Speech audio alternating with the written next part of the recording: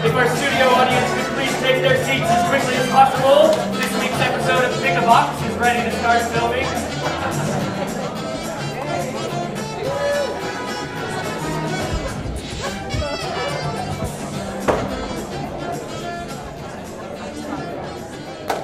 Welcome, customers, to another episode of LGBTI Australia's Pick a Box. There's going to be a lot of mixed game show references, just a warning. Not quite landed on any particular one. This is my blankety blanks look, but should have thought about the polyester before I got up here. Bad choice. Anyway. Thank you all for joining us for another studio filming of Pick a Box. These are my fabulous contestants. On the end, we've got Georgie Stone, Nemo Singh, Charlie, Kanye Fields, Andrew Eklund, Julie Peters, and Nance Frank. To start off our show, we're going to randomly select a box that I promise I didn't already plan the question that I want them all to answer. So we're going to get everybody to answer, maybe from Nance down. Question number 3.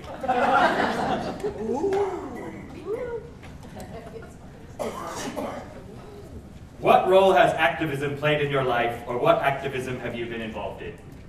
Me. Nance first. For 45,000 points. You've only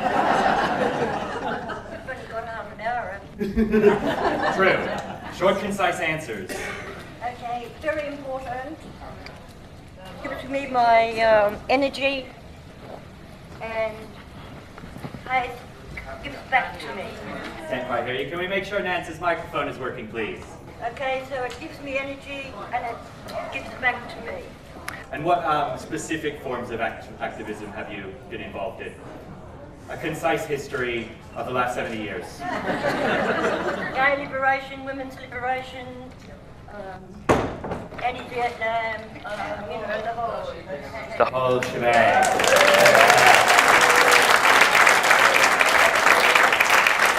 Julie Peters. Well, yeah, I guess I would talk for a bit too, but I see it as in the numbers of people I came out to. So I transitioned at work, and so at that point I came out to about 500 people. And then a few years later, I started to write in the gay press in Melbourne, and I believe I came out to about 10,000 people. But then in the mid-90s, I ran for Parliament for the Democrats, and I became a tabloid Democrat for a period of time. And yeah, and multiply, and I got so much press, but it was mostly tabloid press. I'm multiplying those people, the people who watch those programs, and I reckon I came out to about 5 million people that time. So that's a short version. That's pretty good. Andrew. My mother said not to win, so I didn't think I did any activism. But it's come out in my life in the way that Microphones aren't working yet, so if we can use your projectile voices. That we can. I just didn't want to blast anyone. So my activism has come out in the ways of education. Education as a fundamental one. And then also where I see a need, I need to fill it. And that's a thing that just is that's a thing that's a responsibility for me. Wow, wow, wow.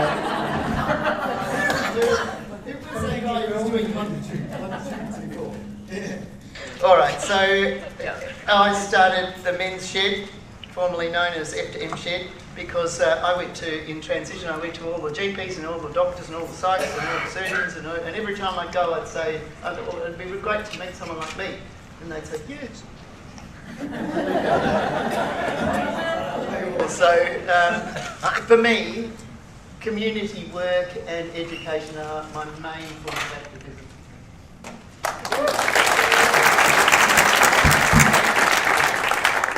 Testing. 2, 2. Cool. Sorry, I couldn't help it. I'm a musician at heart, so yeah, cool. Well, I don't think I'd be an artist if I didn't have activism as a part of my life now. I used to play classical guitar did straight concerts, so I came out about 5 years ago, and that kind of bled into my role as an artist, and so then my art became activism, and so now I can't do anything without turning it into a body burlesque, strip-off, gender crazy. Yeah, so classical musician come burlesque artist, so yeah, make of it what you can.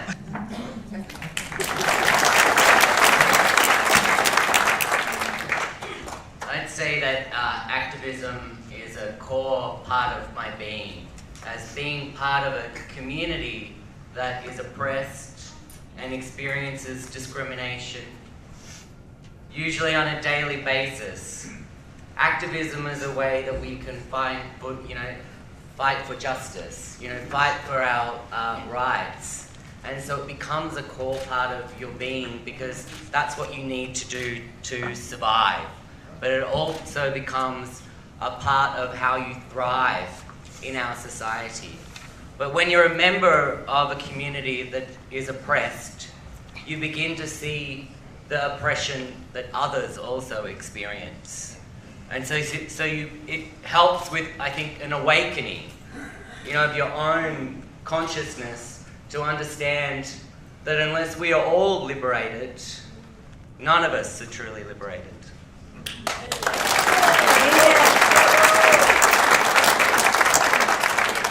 Slightly stole my answer. Follow that.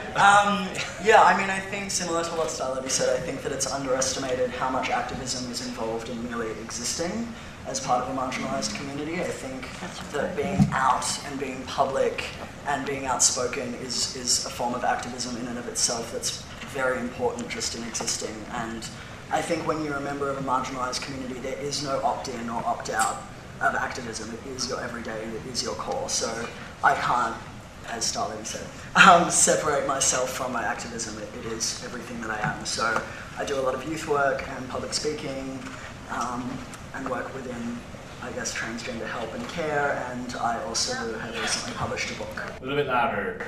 I just finished, sorry.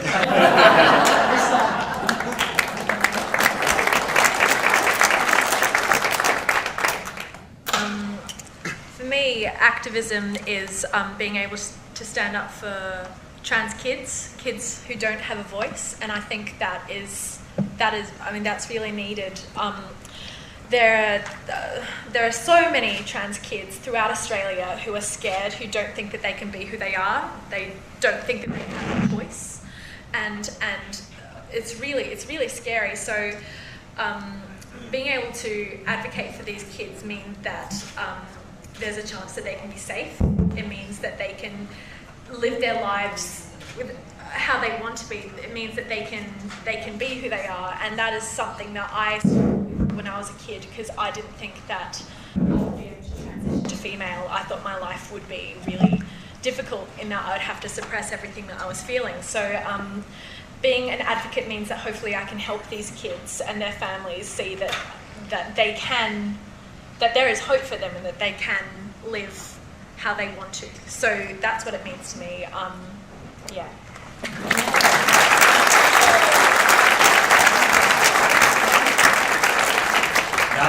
Now that Nance's microphone seems to be working, because I heard her hat hit it at one point, do you want to repeat your answer? Because I don't think very many people got to hear. Well, it goes back a long way from being born in 1940, and therefore there were two choices, boy or girl, and having been not a girly girl, I have to say, it was an education system and a religious system and a parental system and a social system that slotted you into a box.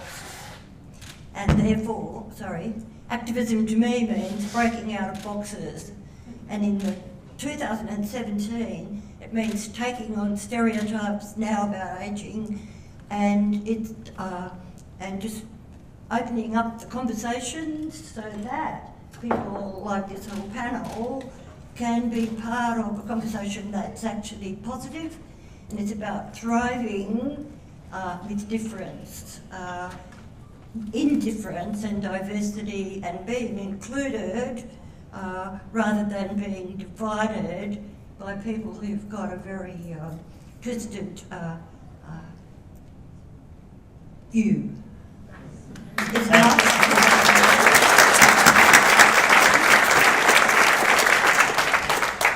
Now I'm going to, again, randomly select, I promise, someone to pick a box. So, this is random actually. Andrew, which number box would you like to answer for 45 points? I'll pick number 4. Number 4, let's see what's inside. What role have LGBTI communities or culture played in your life? When I think of culture, I think of music, and I know that's not what the question was, but Bronski Beat, Queen, Bowie, that sort of thing was what I was into. Movies, Priscilla, Queen of the Desert. Now there's a bit of a theme carrying on here, and they're all gay. But then, when I finally found out the word gay, I was 13, and it was a really embarrassing situation because I was actually stumbled in on 2 people having sex. And I stood there with my mouth gaping open, thinking, wow, that's me. And then I thought, but I haven't got the right bits.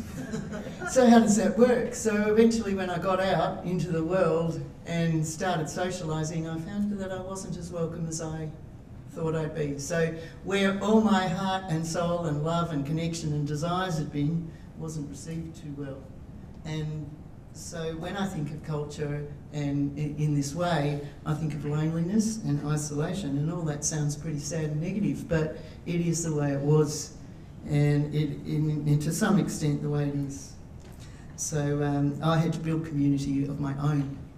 I had to find trans people, had to find other people like myself to get some healing, and seriously, that's only been in the last 2-3 years. So a long way to go.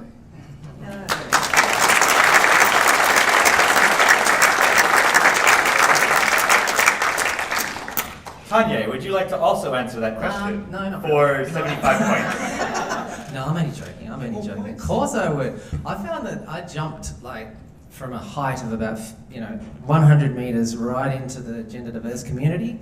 When I came out, I just embraced it completely, and they've been kind enough to allow me to experiment all over them with a classical guitarist who had no idea about how to do performance art, how to make a costume, how to even strip off.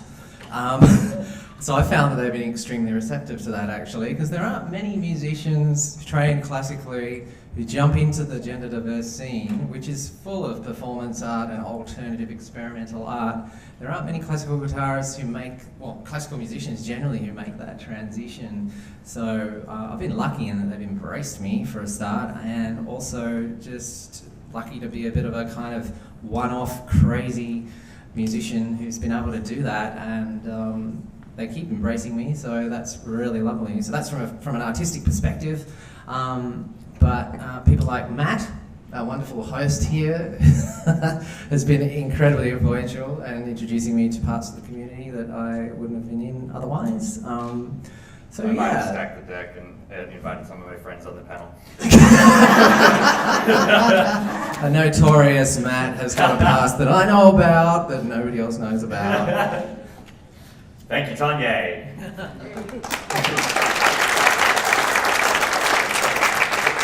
Georgie, would you like to pick a box? I would. 8. Number 8. Yes. Let's see what's inside.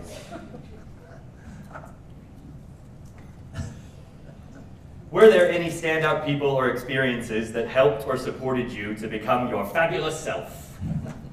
Cool. I think, do you guys know about Janet Mock?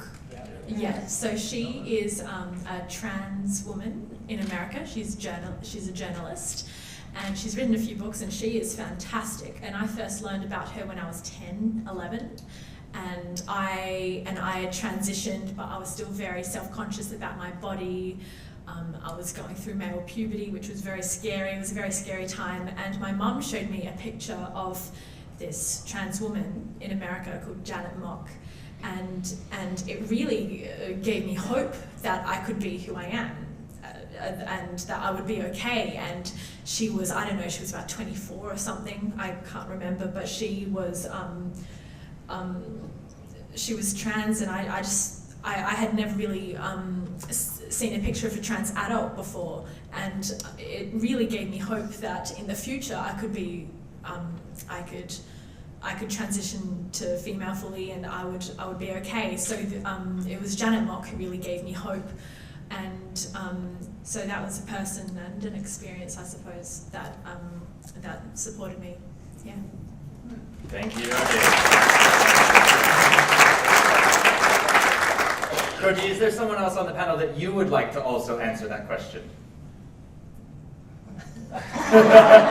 I'm just making the rules up as I go. Yes. Can I do it? Can Sure. I jump in there? Sure. I'd sort of like to give a tribute to Marsha P. Johnson and Sylvia Rivera back in the Stonewall days, who, from the gender diverse perspective, really absolutely were just absolute stalwarts, determined. They opened up their houses, they opened up, they paid their own money to house people that were on the streets. These are young people that get rejected by their families. They were there the whole time when gender diverse people were actually being rejected by the lesbian and gay community. So I just want to take my hat off to those two, because we wouldn't be anywhere near where we are now without those two amazing people.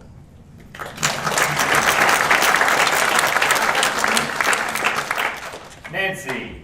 Okay, Dance, so at the Australian Lesbian and Gay Archives is a film which I was lucky enough to be the producer and director of, and it's with Ethel Monty Punchon, and she died in 1998 as a 106-year-old who never knew the word lesbian until she was over 100. So Monty stands, and he's a ripper person, so if you ever get a chance to have a look at her, she's really inspirational on every level.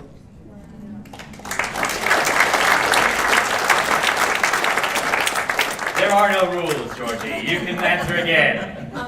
For 45.5 points this time.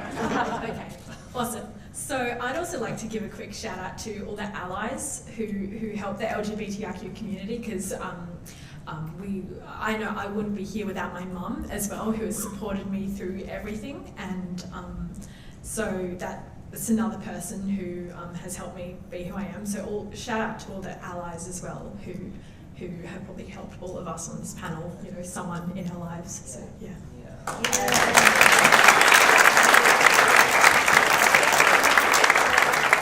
Producers backstage are telling me that Julie would also like to answer this question. Well, for a start, I was born 45 years before the internet, and so I had to find different ways of finding out. And when I was first at uni, what I really, really appreciated was people, mostly gays and lesbians, who, particularly around student theatre, were just out. And that just gave me a feeling that being different was possible. But when I was transitioning, for me it was far more personal. A group of us got together and we called ourselves the Gang of Four, and it became co-mentoring. We just helped each other.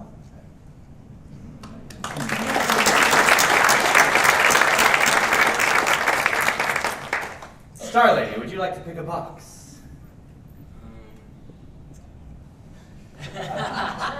No, I'd rather tell a story.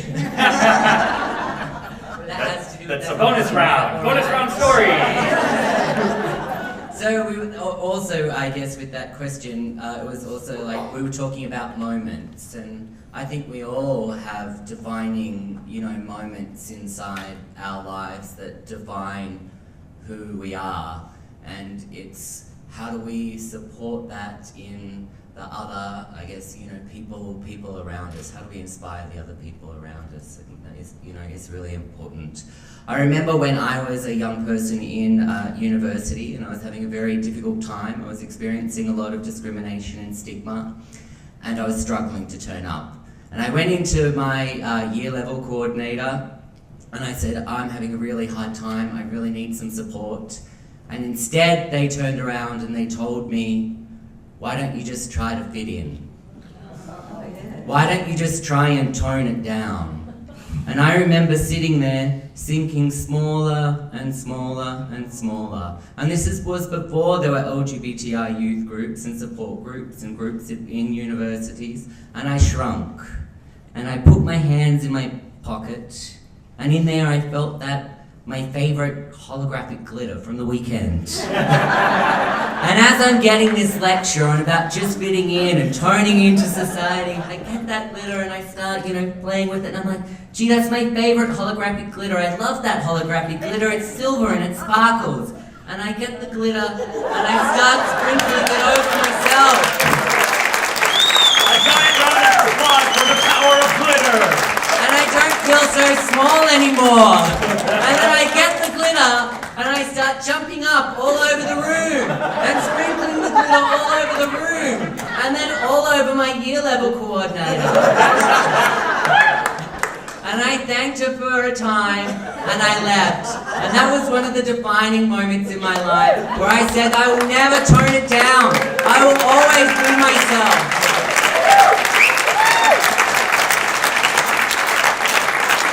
Praise be the glitter gods. Praise be the glitter gods. Nevo, would you like to pick a box? That must have been worth 100,000 points. Yeah, I will choose 5. Number 5. What's inside?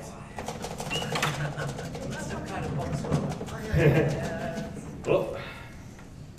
How do you find the balance between a need for educating and agitating with the need to simply live your life? I don't know, how do you? That's not a question I've answered in my life. I think it's about self-care, but I think it's also about community care.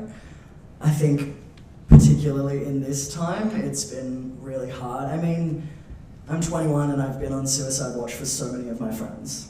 That shouldn't happen. Like, that shouldn't exist. I mean, I was educating my entire school system about what gender was at 17. I didn't even know. I don't think those things should have to happen. So, I guess it's about people understanding that. I mean, so an anecdote I think that is kind of important for this is like, when the Orlando shooting happened, my dad called me and was like, how you going? I was like, actually really terribly. Like, this is a really bad week. And he was like, oh, how come? And I said, the shooting, like, people of my community being targeted and of other marginalized communities. And he was like, oh yeah, it's been a really hard time for all of us. And I was like, has it been a really hard time? Because you didn't even know what I was talking about.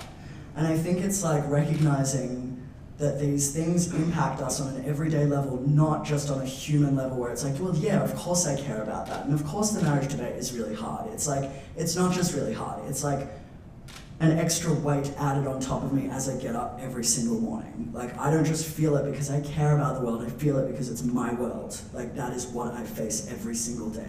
So I don't have an option of educating or living my life. As I said with activism, like, they are so inherently just like, it's like when people say, like, I choose not to be political, and it's like, that's so nice, like, that's a really nice choice that you made. Like, I didn't choose for my body to be politicized, I didn't choose for the Australian Christian lobby to write about me, I didn't choose for people to be writing about whether I can get married or not, which is something I don't even want to do, but like, thank you for making it such a big deal. Like, I don't have those choices, so balancing those things, I don't know. I guess that's not my responsibility. I kind of think it's everyone else's. I sort of think it's the allies' responsibilities to figure out how I can just live my life and not have to figure out how to balance it.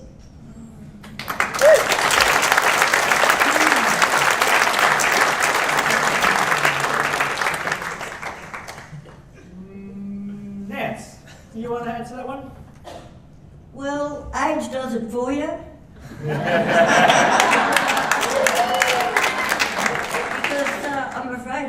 out just too many times. So my attitude was always go for it for as long as you can and then fall over. And this time it came too close to the big tap on the shoulder.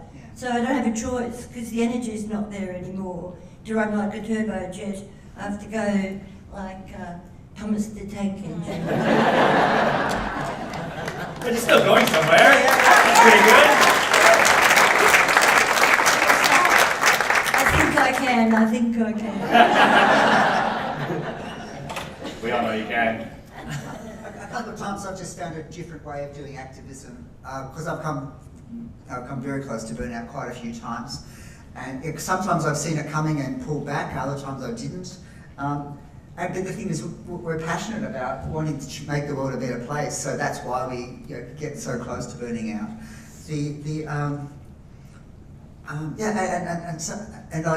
Most recently, for example, I've just done a PhD, and so that's a different style. It's just turning inwards to, so that people will read it eventually. It's available on the Deacon website. You can all read it. Now, a word from our sponsor. Nevo also has a book. Available today. It's in my backpack. Sorry. There was that? Oh, that's you want to add any more? Okay. That really was an interruption from our sponsor. Anyone else want to add to that question? Counselling. Starlight. Up to me? Oh, was I? Sorry. Now you got caught in the crossfire. I was signaling Starlight. Oh. Counselling. Yeah. For myself, counselling for myself. It's like every 2 weeks without fail, otherwise I will not be able to keep doing it. It's the only way I can keep the lid on the pressure or let the pressure out of the lid or however we say it and debrief myself from all the sessions that we do like this one. Like it's like 2 days, fabulous, it's so exciting, but I was saying to a family last night, and that I mean my LGBTI family, do all the straight people in the room know how hard that day was? It takes a toll. So counselling. Can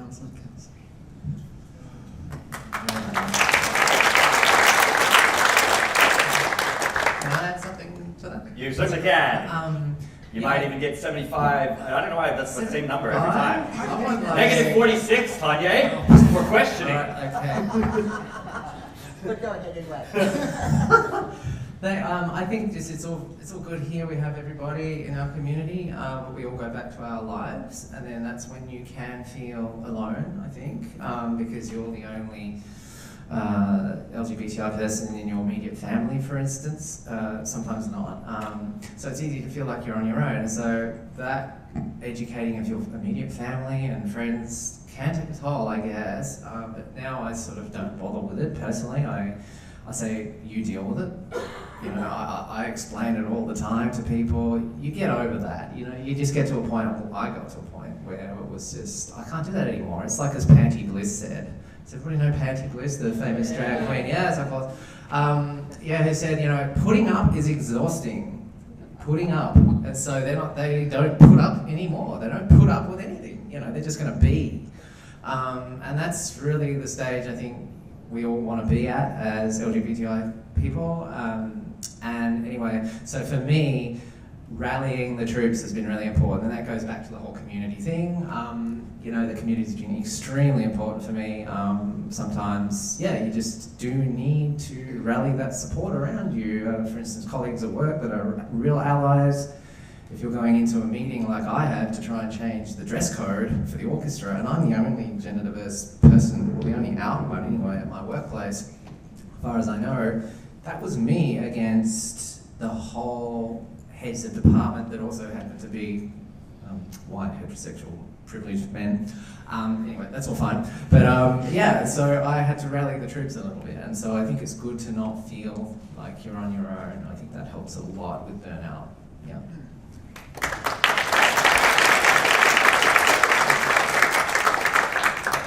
Andrew, would you like to pick a box? Oh my. Have we done number 2? 2 is still available. Number 2. What's inside number 2? Lost Coastal Surveys. No. It's another question.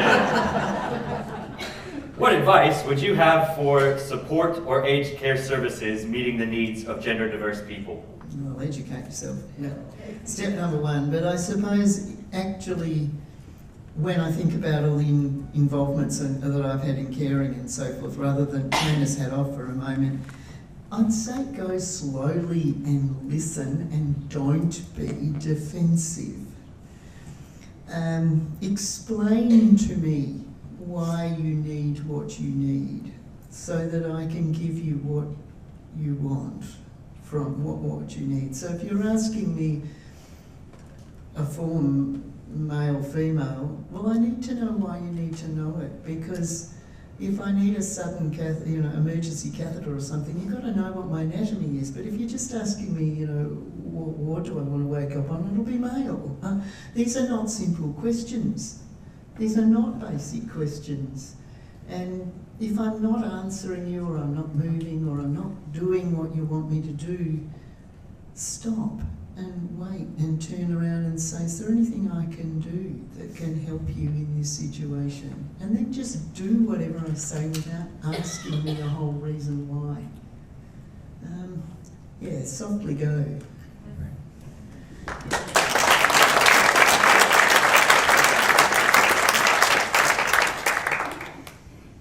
Can I say something? You certainly can. Sorry. I really think that there's a lot of fear for people that don't know about language and kind of protocols, I guess, for gender diverse people, how to address them. There's a lot of fear about asking. That's my experience anyway, from talking with work colleagues. They don't know that they can ask, actually. So I think that's a big thing. And like what you're saying, Andrew, don't be afraid to ask politely and with respect. And, often you'll get a really polite answer, and it clarifies it all, and that's it. It's kind of simple, I think we all, as people, have grown up in a binary society, and we can't really escape that right now. It's changing slowly, but, so we all make mistakes. We, as gender diverse people, LGBTIQ people, we all make mistakes. And so we're not perfect. We get pronouns wrong. So, it's not like we're putting ourselves up on this high level of exalted gender diversity, politically correct, situation.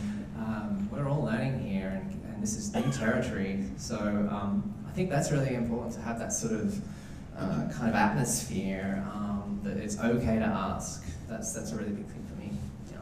Nance. I'm not in aged care, but I have to say that the one thing I'd say to people is talk to people as people, and secondly, don't put your fucking stereotypes on me.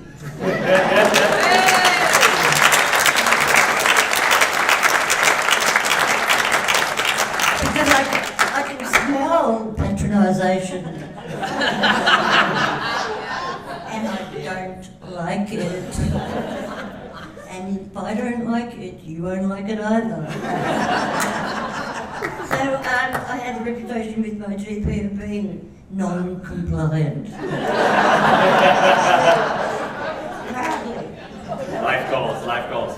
Can I jump in? You certainly can. I also think it's moving away from the pathologization of transness as well, and I think there's a huge conflation between being LGBTI and mental illness. Now, people that are LGBTI have a lot of mental illnesses, but that's not because we're LGBTI, that's because of everyone else. So I think that's really important to recognize.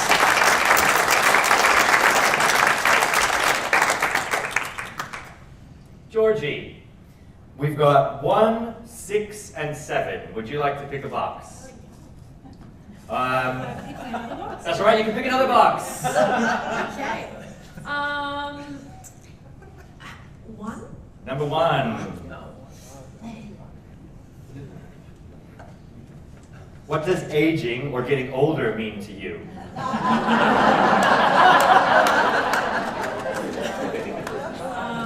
Okay. Well, obviously a long way off. But you're not a kid.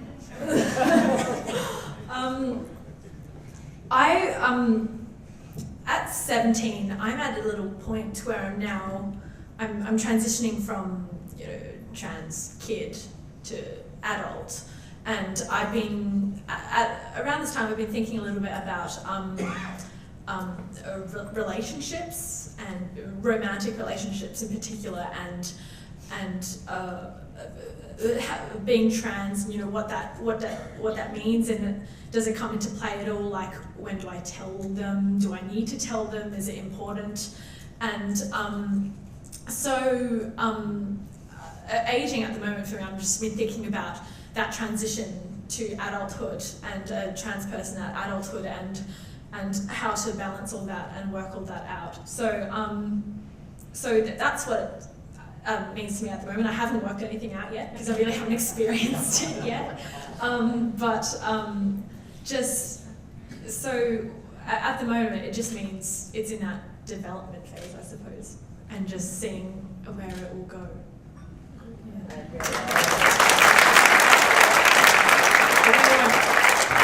Anyone on this end of the table like to tell us whether that development ever stops? Is there ever a point that that's not the same place? At 66 and a half, I haven't quite worked out what to be when I grow up yet. But my friend Jane Anna said, "Don't be stupid, Julie, you're never going to grow up." Nor should you, honey. And at 76, one of the reasons why I'm sitting here today is because it was I've been out in my work and for 50 years or something.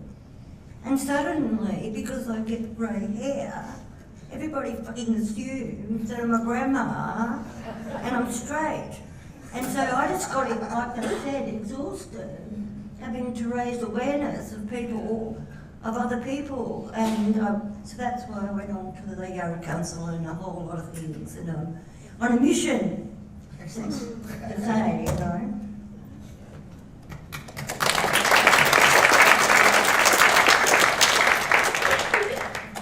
I'm 52. We haven't done that bit, have we? All said our ages. I was never going to ask you to, but you can disclose if you please. Probably not, because it looks like I'm close to aged care or something, but I sometimes feel like it.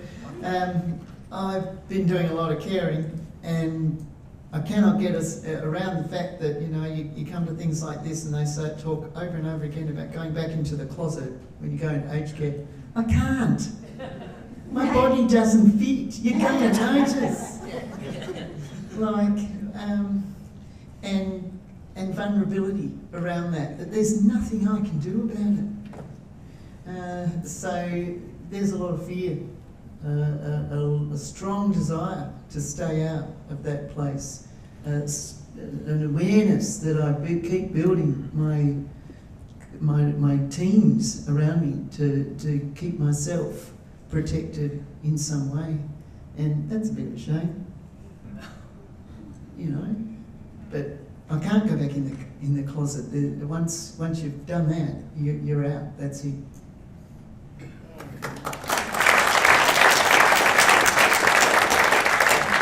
We seem to have developed a trend. We're working our way back. Go for it. More parties without having to worry about the hangover and going to work. Yeah. I think, as I'm getting, older, accessing parts of the queer community. We live in a community that can be very youth-focused. I'm fabulous. I don't ever intend to stop being fabulous or move to the suburbs and give that up. And, we're also in a culture where language and culture is rapidly changing between older people and younger people. And how do we merge that gap? And also, I think when I was younger, because of discrimination and stigma, the LGBTI community was more sort of ghettoized. We were ghettoized, and we took each other in. We looked, when people came from the suburbs or from maybe class, and they didn't understand our language and culture, we gave them space. And now I see sometimes within that youth culture where people who don't know appropriate language or some of our cultural expectations or obligations, they can get slaughtered in that space. And I wonder how we can reach out to young people and sort of like open that up so we're not rejecting those people who don't have access to that language or the cultural knowledge that we might have in the inner city. Because if we do that, we create, really sort of isolated communities. Yeah.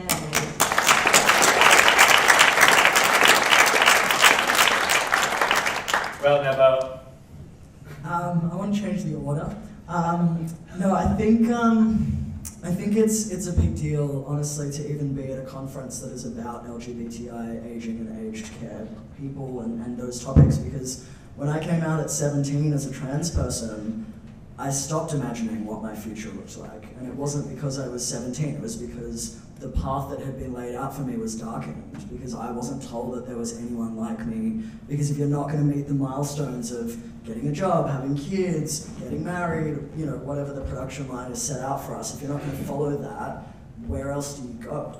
And so I just stopped imagining it at all. And I think, what Starlady was talking about the intergenerational relationships in the queer community, it's that I don't know who my elders are most of the time. I haven't seen them, I haven't met them, I haven't heard their stories. When it comes to trans men in particular, a lot of trans men tend to assimilate and just pass as cisgender men, and that's great, but also I never see them again and I don't know anything about their lives or their stories. So I think being here is significant because it means it actually doesn't matter how I imagine my future or what aging means to me. What matters is that it's a part of my narrative and that I actually will get older and I actually will age. That was not something that was an obvious thing to me as a kid, not because I didn't understand the concept of aging, but because as a young LGBTI person, it's not a given. I have so many friends who haven't made it there.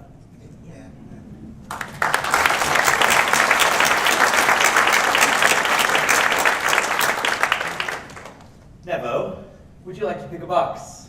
We've got 6 or 7 left. I want to go with 7, please. Excellent choice. Almost like I really wanted you to pick that one. What role has spirituality or religion played in your life? Well, I'm Jewish. I wonder if that had anything to do with it. I'm Jewish and I've been a part of my community for a really long time. My memoir kind of follows my relationship with the Jewish community quite a lot. I lived in Israel for a year. It's been a really big part of my identity. I think I'm so lucky because I think Judaism, the way that religions are played out in the mainstream narrative is that, they're very anti-gay, anti-LGBTI. That's not what the community's about. It's not what it enjoys. Judaism, for me at least, in the area that I function in, is not like that at all. I mean, I'm part of a culturally Jewish framework in which religion is a part of that, but there's a culture that's so much bigger and more than that. So I'm talking language, music, food's a big one, art, community, and it's amazing for me actually living sort of on the margins of both communities. I'm a member of the queer community and the Jewish community. There are so many queers who don't understand my Judaism and so many Jews who don't understand my queerness. So I'm always kind of navigating those two worlds. I actually recently started a Facebook group called Here Queer and Jewish, and there's 100 members, so I've created my own little community in the middle, which is really great, and I don't have to navigate the two so much. But yeah, for me I've never really questioned my Judaism as a result of my queerness. It's always been quite obvious, and when you pry and prod into history, you find that history is not objective and that it's mostly been written by white colonizers who like to erase a lot of parts of it, and that Judaism in fact has 6 different genders represented in some of our holy scriptures, which I would never have known. And so maybe we're not on the margins, maybe we're actually at the center. People just don't want us to think that.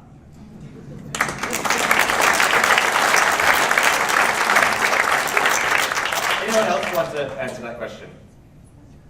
I guess I would say I'm a Catholic trained atheist.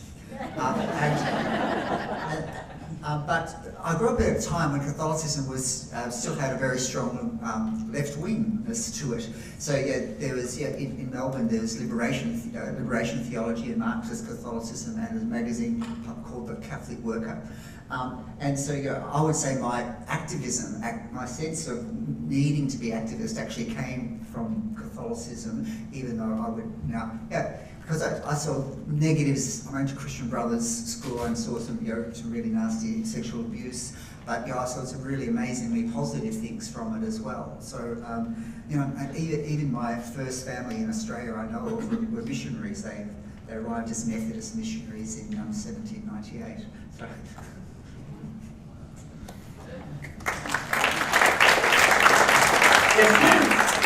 I want to say that the strongest part of my spirituality comes from the years, across the years, from the many Aboriginal elders that I've spent time with, and from the whole notion of a spirit that is part of the land and part of this country, and which is still, unfortunately, not treasured for the richness of what exists in that.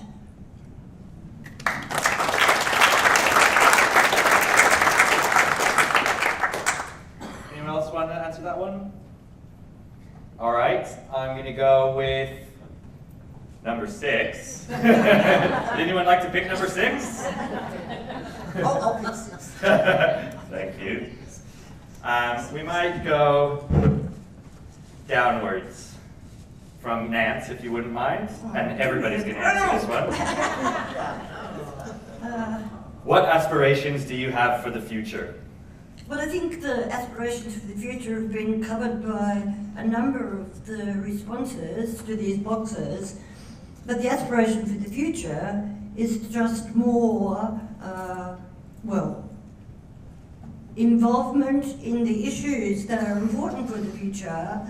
For a start, things like climate change, there's a whole list of them, and it means that energy in your gender and sexual diversity is one part of your life, but there's a future that we've all got a responsibility for laying down the discussions and the conversations, rather than being divisive about it, about how we want to live in this world and be caretakers of the land we live in.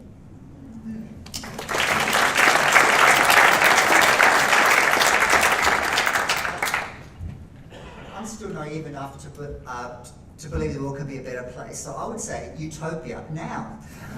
But I'd also add that Oscar Wilde,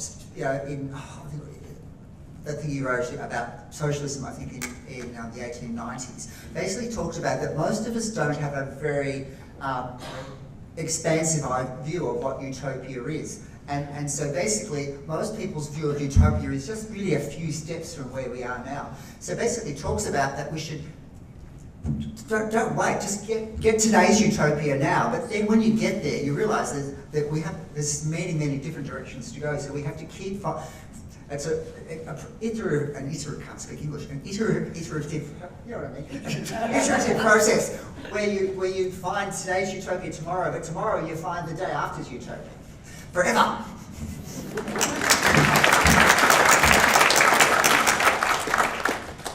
This is a Santa Claus question. How big is the list? It can be personal, it can be world, it can be whatever. Yeah, what do you want? I want to be able to change my birth certificate without becoming sterilised. I want to be able to marry whoever I want. I want to be able to have all my records straight so that my superannuation can go to my disabled son without question. Come on, people. What do I want? I want my friend to stay alive till Christmas. And that if we do have to go back into hospital, that it all goes well and smoothly and I don't have to be worried about all of that, rather than just his health, and never mind the transgender stuff. What do I want? I want some trans support groups to be funded. I'm currently the Executive Director of Transgender Victoria, and we've got half of the funded organisations on the planet calling up and saying, how do we do this? And can you tell us about your services, please? We're not funded. We'll do it, but we're not funded. And there isn't one. That's the point. There's not one. Doesn't have to be us. Fund somebody.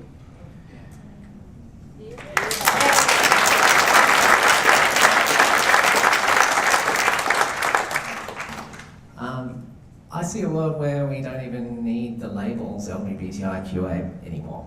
That's what I really would love. Yep, it's not even there as a label, you know.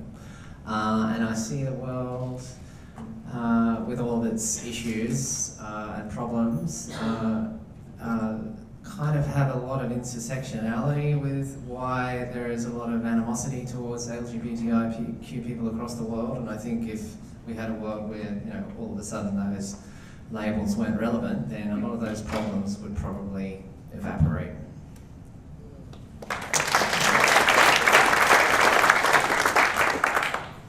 I'd like to acknowledge the comments about land and country and our role in looking after land and country and each other.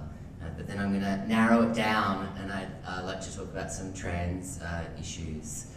Trans and gender diverse people are still not in control of our own bodies. We do not have self-autonomy over our own, health. This needs to change. Trans and gender diverse people need to be centred in our healthcare. We need to be employed in our healthcare, and our healthcare system needs to be depathologized. And that will take more than trans and gender diverse people saying that and doing that. And this is where we need the LGBTI sector and the community more broadly to step up and to help depathologize trans pathways and to centre trans people in it.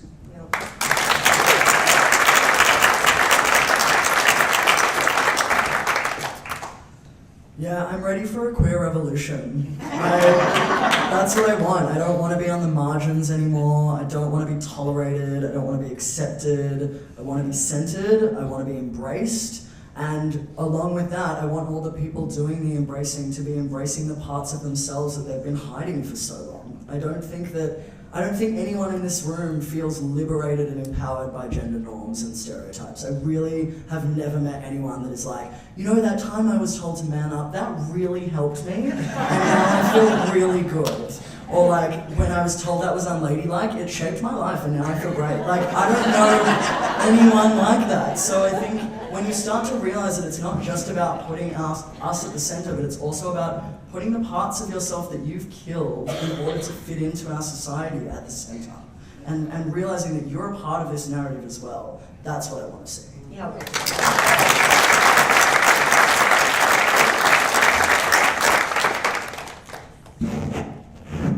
I want to just be. I don't want to have to explain myself to a stranger about who I am. I don't want to have to try and fight to be who I am. I don't want to be questioned about my sexuality. I don't want to see trans kids have to go to court to access treatment when they can just choose it themselves. I didn't want to have to go to court to ask a complete stranger who had no idea who I was to make a decision about my body. And I don't want to see other trans kids have to go through that either.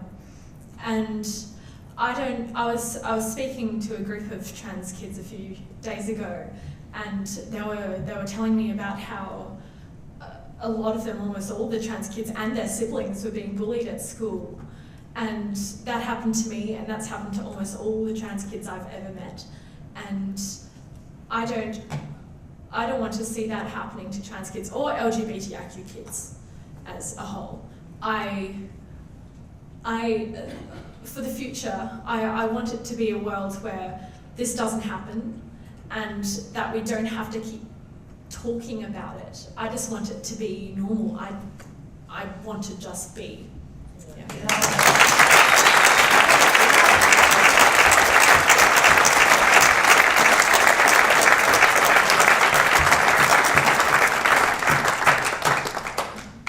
We have 2 minutes left before we have to go to a commercial break. Does anybody want to add any final comments? I cannot believe that with this group of people, there is a loss for words. Utopia now. I want to say, Nancy, I want to say right on to the organisers of this conference for having this session.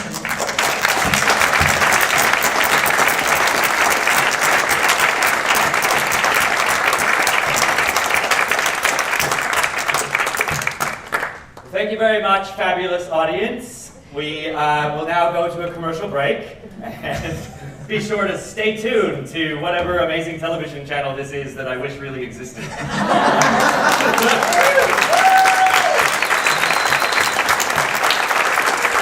thank our amazing panelists again. Matt, Julie, Andrew, Kanye, Darlene, Nemo, Dorothy.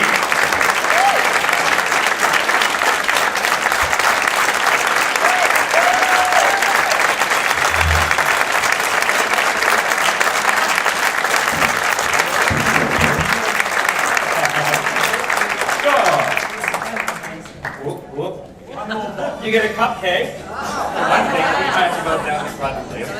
And you get to take your light box with you. That's for you.